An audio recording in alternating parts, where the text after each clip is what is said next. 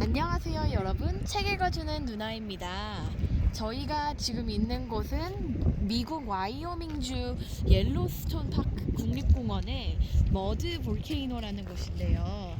지금 이쪽에 지금 보시는 연기가 막 나는 쪽이 머드 볼케이노고, 말 그대로 땅속에서 나오는 열기 때문에 그 진흙이 막 끓고 있어요. 그리고 좀 전에 보셨던 이 동물 무리는 그냥 소나 여러분들이 흔히 이름만 들어서 알고 계시는 버팔로가 아니고 바이슨이라는 동물입니다. 뿔이 있고, 그리고 또 저렇게 똑같이 저 애기는 송아지라고 부르는데요. 이거는 굉장히 큰 무리고 옐로스톤에서 쉽게 포착할 수 있지만 타이밍이 딱 맞춰서 온 건 저희가 정말 행운입니다. 그래서 오늘 제가 이 아름다운 옐로스톤에서 읽어드릴 책은 hatchet이라는 책인데요. 되게 유명한 책입니다. 작가는 여기 나온 것처럼 게리 펄슨이고 3-time Newbery Honor 작가이고요. 그리고 Newbery Honor Book 상도 받았어요. 이 영화도 있는데, 근데 영화 되게 옛날 거라서 선생님이 한번 보여주는데 좀 화질도 안 좋고 그래픽도 안 좋고 언젠가는 리메이크가 되라 믿어요. 이 책을 처음 알게 된 계기는 제가 학교에 처음으로 들어갔을 때, 그 미국 학교에 거기서 노블 시간에 처음으로 들어간 책이 바로 이겁니다. 이 책의 줄거리를 간단하게 얘기해 볼게요. Alone. 13-year-old Brian Robinson is on his way to visit his father when the single-engine plane in which he is flying crashes. Suddenly, Brian finds himself alone in the Canadian wilderness with nothing but a tattered windbreaker and a hatchet his mother gave him as a present, and the dreadful secret that has been tearing him apart since his parents' divorce. But now, Brian has no time for anger, self-pity, or despair. It will take all his know-how and determination and more courage he knew he possessed to survive. 그러니까 이 책의 간단 내용은 13살인 브라이언 로비슨은 그 아빠를 보러 캐나다로 가고 있었어요. 잠시만요. 지금 저기 바이son이 오고 있어요. 잠깐만요. 오이씨. No way. 이러다가는 꼭 사고 나가던데. 지금 이거 실제 카메라입니다. 라이브예요. Jason, look at them.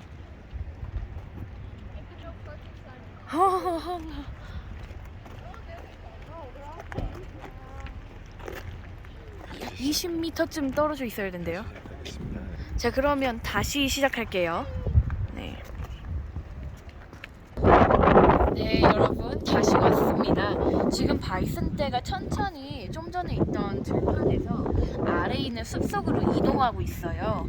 그래서 갑자기 저렇게 온 건데, 아무튼 지금 있는 장소는 좀 전에 말씀드렸던 머드 볼케이노인데, 지금 보면 저기 진흙이 막 끓고 있는 거예요. 그러면 책으로 다시 들어가 보자면, 이 책의 내용을 대충 설명을 하면 13살 된 브라이언 로비슨은 그 캐나다에 사는 아빠를 만나러 지금 비행기를 타고, 1인 비행기 그런 조그만 걸 타고 날아가고 있어요. 근데 갑자기 비행기가 조난을 당합니다. 그 캐나다가 어떤 데냐면요, 정말 그 사람 사는 데 빼고는 진짜 사람 발길이 닿지 않은 엄청난 숲들이 가득한 곳인데, 약간 여기 있는 저런 전나무들 같은 것도 많고 그런 데인데요. 근데 거기에 갑자기 조난을 당한 거죠. 혼자서, 아무도 없이. 왜 조난을 당했는지는 스포일러 하지 않겠습니다. 아무튼 거기에서 자기에서 tattered windbreaker, 그러니까 그 재킷 같은 거죠, 자기. 그리고 hatchet은 손도끼, 엄마가 주신 손도끼만 들고 거기 캐나다에 떨어졌습니다. 그랬는데 이제 브라이언은 그 분노랑 걱정이나 그런 우울감에 잠겨있을 타이밍은 없고, 그리고 자신의 노하우와 그 도전심과 그리고 그 용기가 얘가 살아남기 위해서 필요할 거라고요. 제가 이 책에서 특별히 좋아하는 챕터가 있는데요. 제가 평소에 영어 책을 읽어드리면 하듯이 그 챕터 한번 읽어보도록 하겠습니다. 먼저 저기 전나무숲 한번 쫙 볼게요. 약간 저런 데에 브라이언이 떨어진 거예요. 자,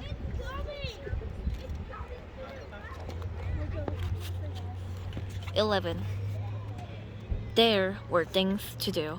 He transfers all the eggs from the small beach into the shelter, reburying them near his sleeping area.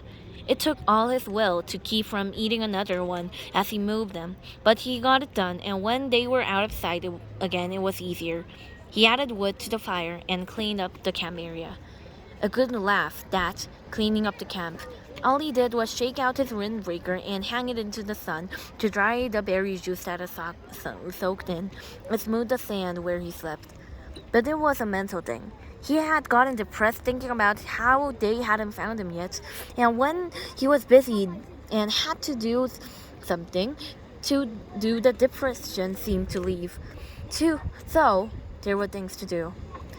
With the camp squared away, he brought in more wood. He had decided to have enough on hand for 3 days, and after spending one night with the fire for a friend, he knew what a staggering amount of wood it would take. He worked all through the morning at the wood, breaking down dead limbs and breaking or chopping them in smaller pieces, storing them neatly beneath the overhang. He stopped once to take a drink at the lake, and in his reflection that he saw the swelling in his head was nearly gone. There was no pain there, so he assumed that had taken care of itself. His leg was also back to normal, although he had a small pattern of holes, roughly star-shaped, where the quills had nailed him. And while he was standing at the lake shore taking stock, he noticed that his body was changing. He had never been fat, but he had been slightly heavy with a little extra weight just above his belt at the sides. It was completely gone, and his stomach had caved into the hunger, and the sun had cooked him past burning, so he was tanning. And with the smoke from the fire, his face was starting to look like leather. But perhaps more than his body was the change to his mind, or in the way he was becoming. I am not the same, he thought. I see, I hear differently. He did not know when the change started, but it was there. When a sound came to him now, he didn't just hear it, but knew the sound. He would swing at it and look at it, a breaking twig, a movement of air, and know the sound as if he somehow could move his mind back to down the wave of the sound to the source. He knew he could know what the sound was before he quite realized he had heard it. And when he saw something, a bird moving a wing inside a bush or ripple on the water, he could truly see that thing, not just notice it as he used to notice things at the city. He would see all parts of the... Okay. Oh, wow. 한 마리 더 왔네요.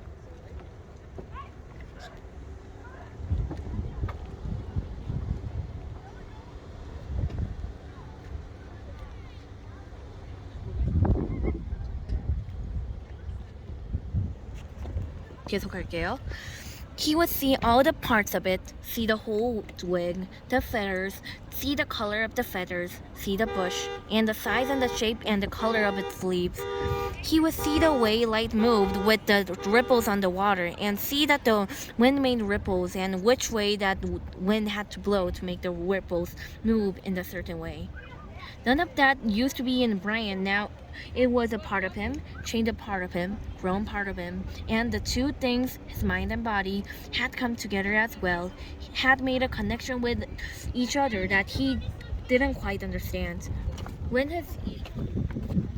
어이! 무브해야 될 것 같기도 하네요. 또 어이. I think we have to move again. Maybe. 애기 있어요. 애기. Look at that cub. cub가 아니고 calf. cub는 곰애기한테 쓴 말이고. 어이씨. He's looking at us. He's staring at us. He's grunting. Oh my god. 와우. 해챗 읽으려다가 해챗에서 나오는 브라이언의 일상처럼 참 다이나믹한 게 찍히네요. 와. 잠깐만 멈추도록 하겠습니다. 제가 도로로 오려는 것 같아요. 다시 왔습니다. 자, 그럼 다시 읽도록 할게요. He would see all parts of it, see the whole wing, the foot. 잠깐만요. 했구나. When his ears heard a sound or his eyes saw a sight, his mind took control of his body. Without his thinking, he moved to face the sound or sight, moved to make ready for it, to deal with it. There were these things to do. When the wood was done, he decided to get a signal fire ready. He moved to the top of the rock ridge that comprised the bluff over his shelter and was pleased to find a large, flat stone area. More wood, he thought, moaning inwardly. He went back to the fallen trees and found more dead limbs, carrying them them up on the rocks until he had enough for a bonfire. In Italy, he had thought of making a signal fire every day, but he couldn't. He would never be able to keep the wood supply going. So while he was working, he decided to have the fire ready, and if he heard an engine, or even thought he heard a plane engine, he would run up with a burning limb that set off the signal fire. Things to do. At the last trip to top of the stone bluff with wood, he stopped, sat on the point overlooking his lake, and rested. The lake lay before him, 20 or so feet below, and he had not seen it this way since he had come in with the plane. Remembering the crash he had in a moment of fear, a breathtaking little rip of terror, but it passed, and he was quickly caught up in the beauty of the scenery. It was so incredibly beautiful that it was almost unreal. From his height, he could see not just the lake, but across part of the forest, a green carpet, and it was full of life. Birds, insects, there was a constant hum and song. At the other end of the bottom of the L Lake, there was another large rock sticking out over the water, and top of the rock, a snaggly pine somehow had found food and grown, bent and gnarled. Sitting on one limb was a bluebird with a crested sharp beak, a kingfisher. He had thought of a picture that he had seen once, which left a branch while he watched and dove into the water. It emerged part of a second later. In its mouth was a small fish, wiggling silver in the sun. He took the whole fish to the limb, juggled it twice, and swallowed it whole. Fish. Of course, he thought. There was fish in the lake and they were food. If a bird could do it.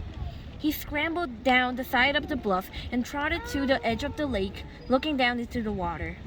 Somehow it had never occurred to him to look inside the water, only at the surface. The sun was flashing back up into his eyes, and he moved off to the side and took up his shoes and waded out 15 feet. Then he turned and stood still, with the sun at his back, and studied the water again. It was, he thought after a moment, literally packed with life. Small fish swam everywhere, some narrow and long, some round, most of them 3 or 4 inches long, some a bit larger, and many smaller. There were a patch of mud off to the side, leading into deeper water, and he could see old clamshells there. So, there must be clams. As he watched, a crayfish, looking like a tiny lobster, left one of the empty clamshells and went to another, looking for something to eat, digging with its claws. While he stood, some of the small, rounded fish came quite close to his leg, and he tensed, got ready, and made a wild stab at grabbing one of them. They exploded away in 100 flicks of quick lights, so fast that he had no hope of catching them that way.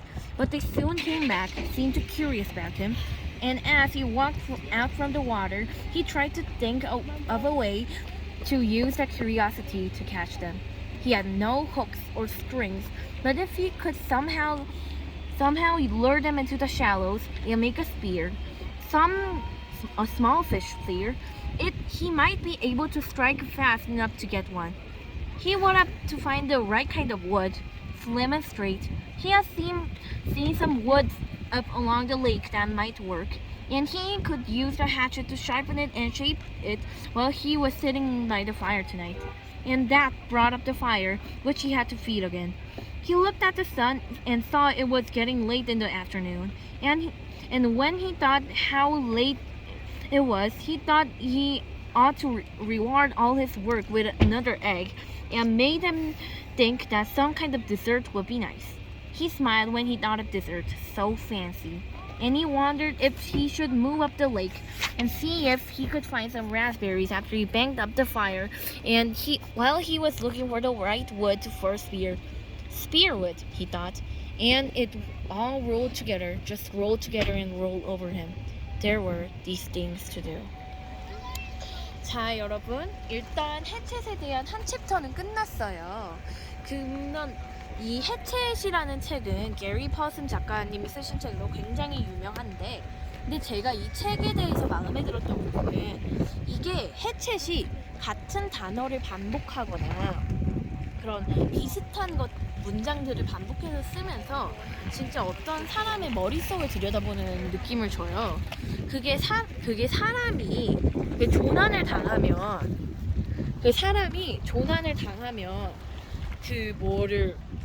그 생각을 뭐 그리 깊이 하겠어요?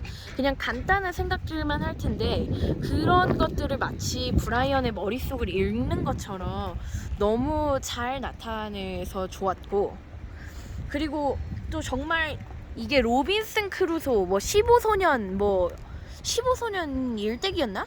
뭐 그런 서바이벌 옛날 고전책 같은 거를 보면 항상 거기서 걔네들은 그 수가 많거나 어른이거든요. 거기서 보면 그 로빈슨 크루소는 어른이었고 15소년에서는 그 좀 애들이 좀 그런 그 와일드 라이프의 신이 들린 것 같아요. 좀 애들이 너무 자신감 넘치고 그냥 여기를 아주 자기 땅으로 만들어버리는데, 근데 이 책에 나오는 해쳇에서 브라이언은 그냥 평범한 도시 13살짜리 소년이 난데없이 캐나다에 그 끝없는 자연의 조난을 당했는데, 얘가 너무 진실되게 약간 꾸밈 없이 그 상황을 이겨내고 살아가고 얘 심리와 신체와 그런 많은 것들이 변화해가는 과정이 너무 저는 좋다고 생각했어요. 너무 솔직하거든요. 책을 읽어보면 정말 그 생각을 읽는 것 같고. 네, 그러면 저는 옐로스톤에서 그 해쳇 읽어드렸습니다. 그러면 다음에 더 좋고 재밌는 책으로 돌아오기로 할게요. 안녕. 지금까지 책 읽어주는 누나였습니다.